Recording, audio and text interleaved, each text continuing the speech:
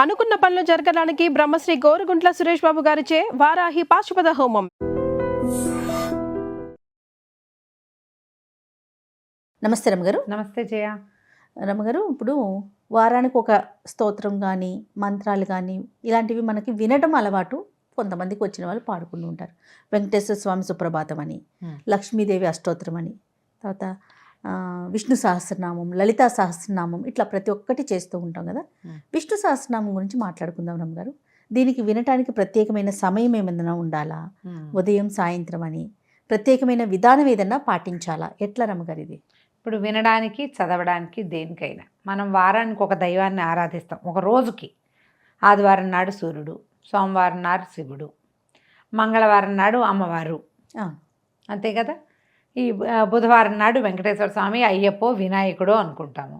గురువారం నాడు దత్తాత్రేయులు, శుక్రవారం నాడు లక్ష్మీదేవి, శనివారం నాడు నువ్వన్నట్టే వెంకటేశ్వర స్వామి, విష్ణు సంబంధమైనవి శనివారం. ఈ వారం, వర్జ్యం, రోజు, మాసం, దినం ఏటితో సంబంధం లేకుండా ప్రతిరోజు చదువుకోవాల్సింది, నిత్యము అనుసంధానం చేసుకుని ఉంచుకోవాల్సిన అద్భుతమైన స్తోత్రాల్లో విష్ణు సహస్రనామం అగ్రగణ్యం. మొట్టమొదట చెప్పుకోవాల్సింది. ఇప్పుడు వెంకటేశ్వర సుప్రభాతము, స్తోత్రము, ప్రపత్తి, మంగళాశాసనము, వెంకటేశ్వర వజ్రకవచము, వెంకటేశ్వర కరావలంబము శనివారం నాడు ప్రత్యేకంగా చదువుకోవచ్చు. రోజు స్వామివారికి పవళింప సేవ ఏమంటారు, మేల్కొల్పు ఉంటుంది. పొద్దున్నే వినచ్చు, అవి కూడా వినచ్చు, చదువుకోవచ్చు మీ ఓపిక. అయితే వీటిలలో విష్ణు సహస్రనామం ఏంటంటే చాలా ప్రత్యేకమైంది. మనకి తెలిసి చెప్పబడింది. మనకి ఎక్కడ తెలిసి చెప్పబడింది? మహాభారత యుద్ధం అప్పుడు చెప్పబడింది. ఈ మహాభారత యుద్ధంలో అంపశయ్య మీద చేరిపోయాడు భీష్మ పితామహుడు. ఆయన యుద్ధం మధ్యలో 10వ రోజున ఎప్పుడో పడిపోయాడు.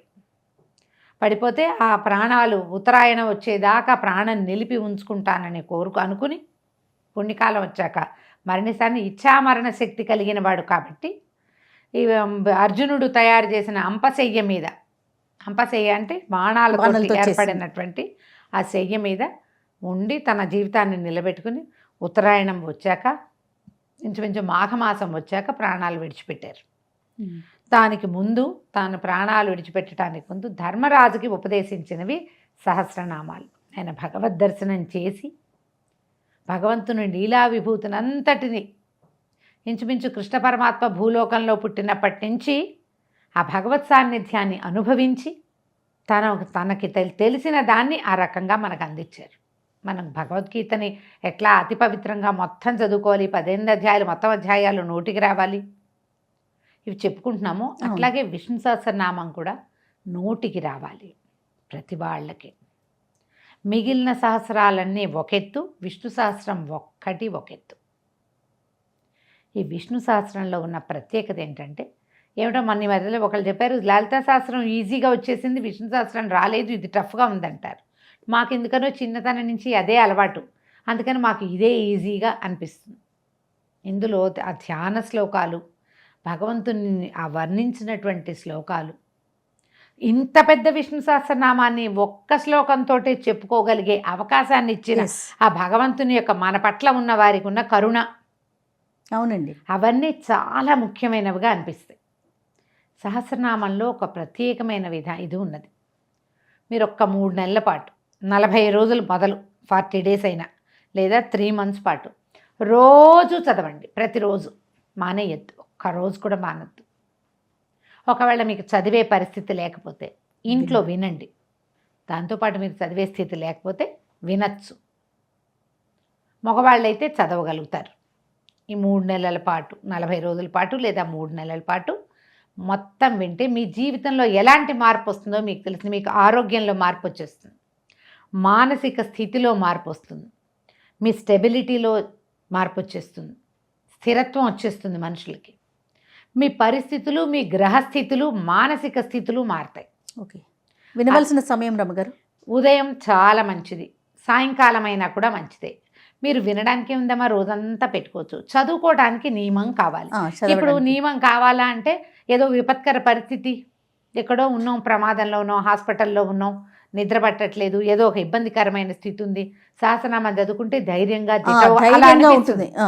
అప్పుడు ఏం చేస్తాం, కాస్త కాళ్ళు చేతులు కడుక్కుని నెత్తి మీద నిలుచుకుని అపవిత్ర పవిత్రోవా సర్వావస్థాంగతోపివా యస్మరేత్ పుండరీకాక్షం స బాహ్యాభ్యంతర శుచి, ఈ శ్లోకం చెప్పుకుని పుండరీకాక్ష అనుకుంటే మనం బాహ్యము ఆభ్యంతరము లోపల బయట కూడా శుభ్రపడతామని, స్నానపానాదులు చేయకపోయినా విపత్కర పరిస్థితుల్లో ఏ స్తోత్రాన్నైనా అనుసంధానం చేసుకోవచ్చని పెద్దవాళ్ళు చెప్తారు.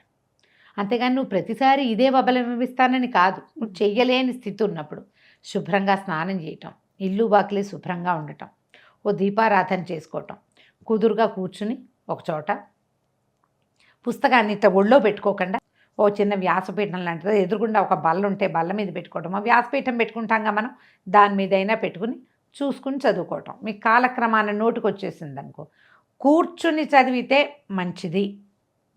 ఆడవాళ్ళు ఇంట్లో గబగబా పనులు అవి చేసుకుని బయటికి పరిగెత్తాలి, స్తోత్రం చదువుకుంటారు. పని చేస్తూ చదువుకోండి. చదువుకుంటూ మధ్యలో ఫోన్లు మాట్లాడద్దు. కొన్ని నియమాలు ఉంచుకోండి. మీకు మాట్లాడద్దు, ఫోన్లో మాట్లాడద్దు.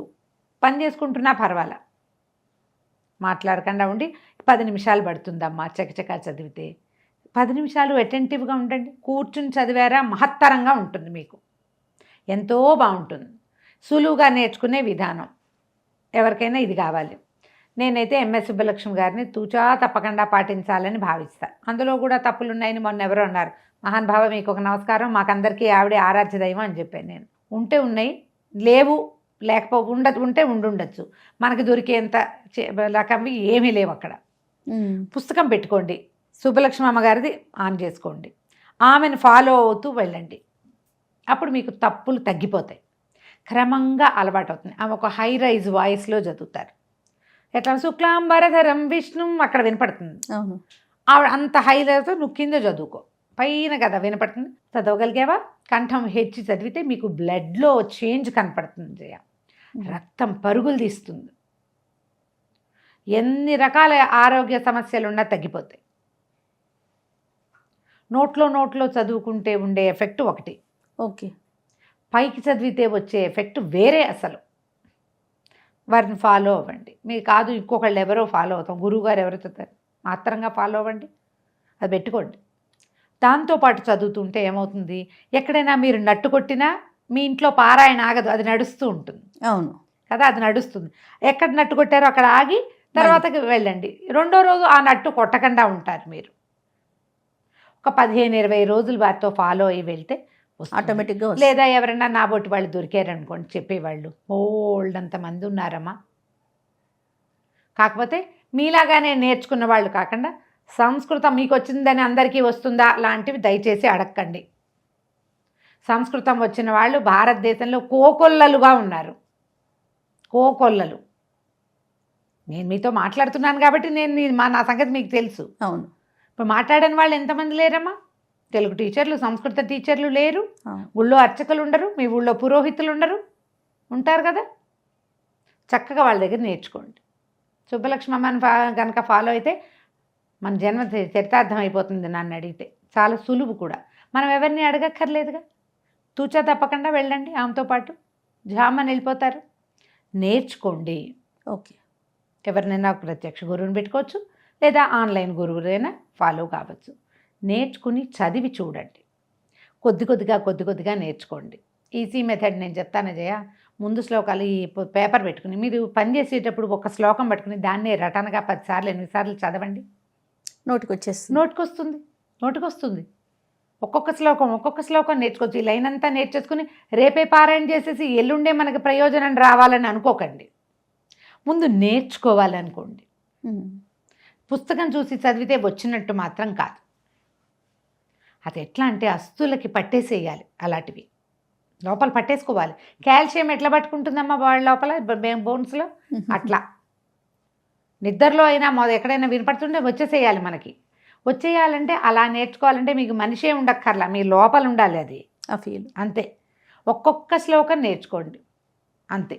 ఈ విష్ణు సహస్రనామంతో పాటు లక్ష్మీ అష్టోత్తరాన్ని కలిపి చదువుతారు, ఇది మంచిది.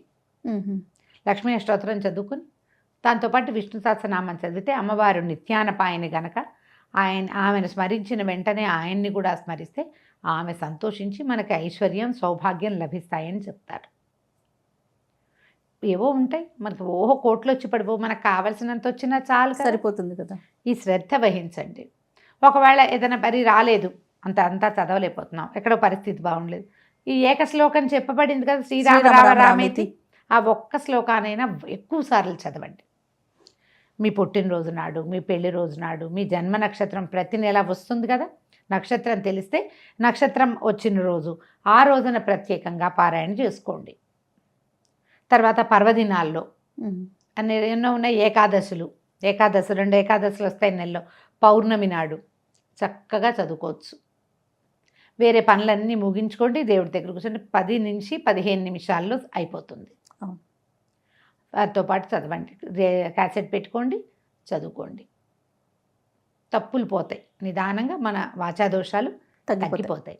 మీరు చదివి చూడండి, విష్ణు సహస్రనామం చేసేలాంటి చేంజెస్ మనలో మీకు ఒక్క చిత్తశాంతి రావటం, నాకు తృప్తిగా అనిపించడంతో పాటుగా చాలా ప్రయోజనాలు సిద్ధిస్తాయి.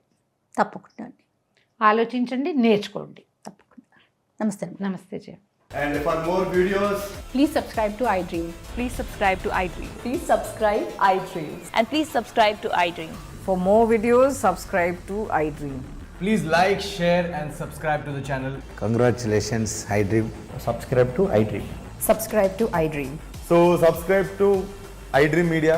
iDream ki iDream team andarki huge congratulations. Please subscribe iDream Media. Please subscribe to iDream.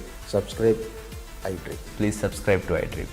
iDream అంటే నా కళల ఛానల్ సబ్స్క్రైబ్ చేసుకున్న నోరు తిరుగుతలేదు, మీరైతే గంట గుర్తు కొట్టండి. For more such videos, please subscribe to iDream. Subscribe to iDream. Please subscribe to iDream. Please subscribe iDream Media. Please do subscribe to iDream. Please subscribe to iDream Media. For best entertainment and information, please subscribe iDream. And don't forget to subscribe to iDream.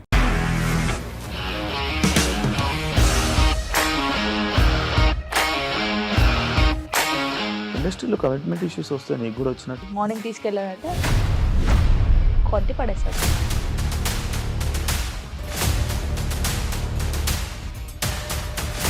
ఒక్కళ్ళు కూడా చూడలేదు ఈ cinema అని చెప్పడానికి కూడా చాలా ధైర్యం కావాలి. అది నిజం కదా, దాంట్లో ధైర్యం ఏంటి? ఇది నెక్స్ట్ డే ప్లేట్ మార్చేస్తే తప్పు కదా. As of now we are comfortable this అని నేను అనుకోను. రష్మిక గారిది మీది ఒకే ఊరు అంటే కదా. నీకు కోపం వచ్చిందంటే బాగా తిట్టేత్తరా? తిట్టేద్దామండి.